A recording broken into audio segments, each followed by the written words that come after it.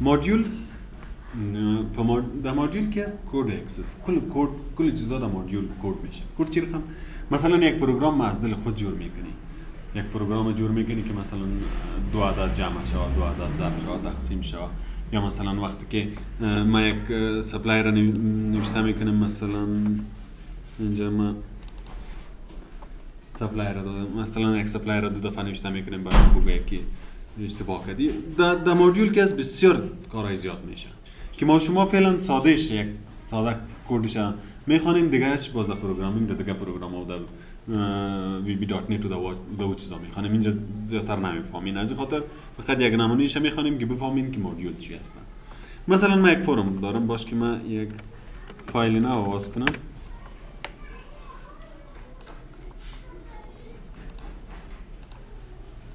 یک بلینک دیتابیس میگیریم، یک دیتابیس است. مثلا یک فرم جور میکنیم در دیزاین، تیبل میبل چیز ندارم بخاطر که یک مدیول جور کنم براتون دا کل چیزا میشه، فقط یک نمونه شیشه برات جور میکنم. مثلا من یک فرم دارم، اینجا میایم در دیزاین، این یک تکست باکس دارم، یک تکست باکس دیگه دارم، یک تکست باکس اینجا دارم و یک بتن دارم.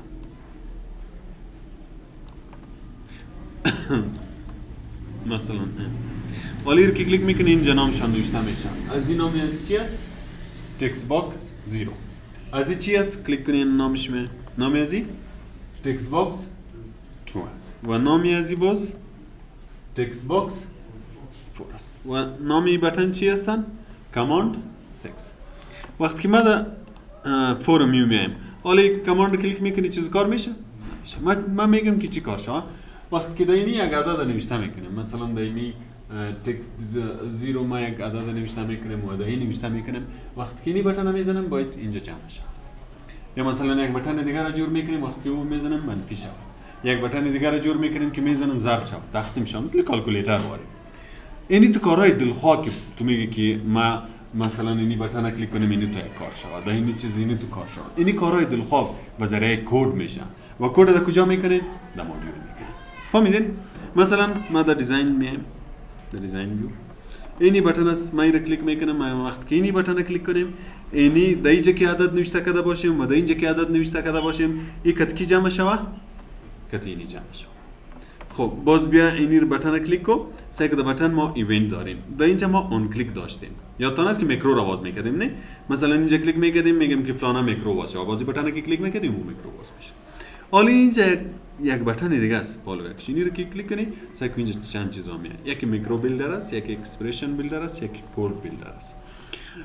میکرو بیلدر که اگر میکرو رو جور میکنی، باز اونجا مثلا از یک فرم راستن از اینجا میکرو جور کنی، سری بتن باشه. یا اگر تایار جور کرده باشی، خب باز اینجا در لیست نامش می از اینجا انتخاب میکنی.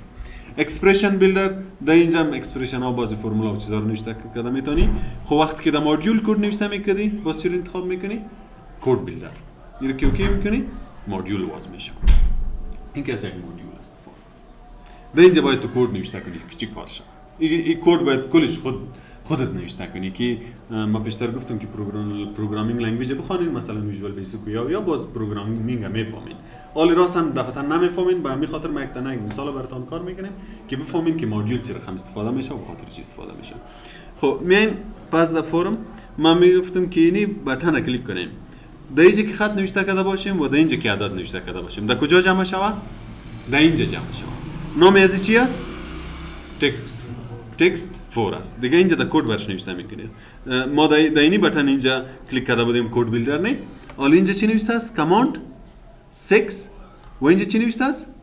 کلیک. وقتی که کاماند 6 کلیک میشه، کاماند 6 نام این بتن بود یا نه؟ نام این بتن است یا نه؟ وقتی که کلیک شود چی کار شود؟ اینجا کار نوشته میکنیم. من میگم چی کار شود؟ نامش چی بود؟ تکست 4 بود. تکست 4 کدامش است؟ اینی است نه؟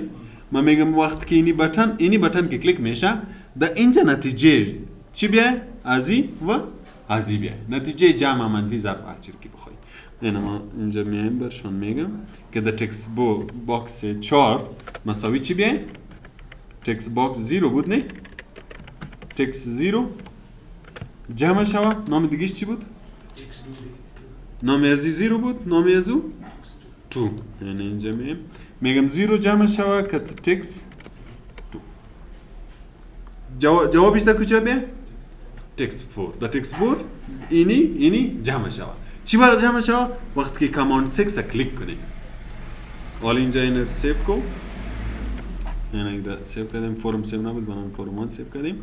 سکال اینجا بیاده چی؟ در فرم یو. وقتی که من اینجا یک عدد نوشته میکنم، مثلا من نوشته میکنم 2، اینجا من نوشته میکنم 2. وقتی که رو کلیک میکنیم چند میه؟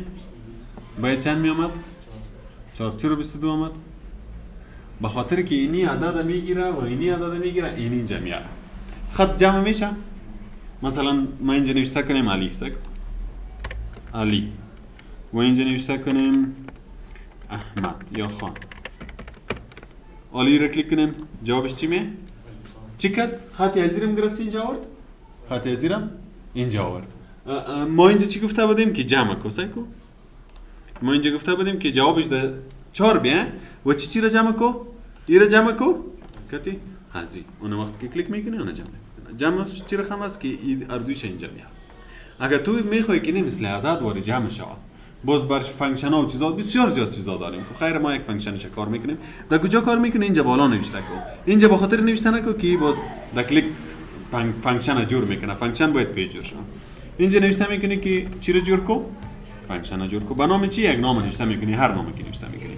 مثلا من نوشته میکنم که add یا sum نمبر، مثلا که نمبر ها رو جمع کنم. یک نام دادم. چند عدد می جمع میکنیم؟ مثلا 2 عدد. برش میگم که یک عدد به نام s، مثلا s is a long integer و چیزا رو ما در اول در دیتا تایپ خوانده بودیم نه که عدد ما باید بایت یا اینتیجر یا لانگ اینتیجر انتخاب کنیم که نظر به اینتیجر در اینتیجر 32000 عدد نوشته میشد نه، در لانگ اینتیجر بسیار زیاد کلان عدد نوشته میشد. خب لانگ انتخاب میکنیم. دیگه عدد من نوشته میکنم مثلا b is a long 2 عدد. سعی کنید اینجا این فانکشن خودش آمد. یک فانکشن جور میکنیم به نام چی؟ sum numbers و دو چند عدد برش روان میکنیم؟ 2 عدد. باز چی کار شوه؟ اینی sum number کی است؟ su ای باز مساوی شوه امی عدد a را جمع کنه کتی عددی b. حالا اینجا میم فانکشن برش میگم که وقت که ما اینی بٹن کلیک میکنیم چی کار شوه؟ اینجا نوشته میکنیم که sum number و فانکشن بیاین در جای a تکس 0 نوشته میکنیم و در جای b تکس 2 رو نوشته. این بس. سکنید ما یک فانکشن جور میکنیم به نام sum number. بر از ما میگیم که ما یک فانکشن برام جور کو و در این فانکشن چند عدد برات روان میکنیم؟ 2 عدد. که یکی به نام a دیگه به نام b. باز تو چی کو؟ دائمی فانکشن اردویش بر ما جمع کو. a جمع b. باز اینجا ما سما گفتم که اینجا ما برش گفته بودیم که ای و بی روان میکنم بعد حالا اینجا برش گفتم که نه عدد اینی را کتی عدد اینی اینجا خودش گفته که باید جمع شد. سکال سیو کوی را بیاده فورو مثلا عدد نوشته میکنیم 2 اینجا نوشته میکنیم 2. کجا غلطی شد؟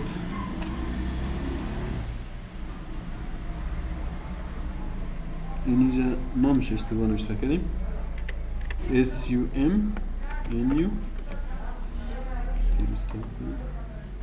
حالا سیف کن حالا کلیک کن جواب چند آمد؟ یک عدد دیگه نوشته میگنم مثلا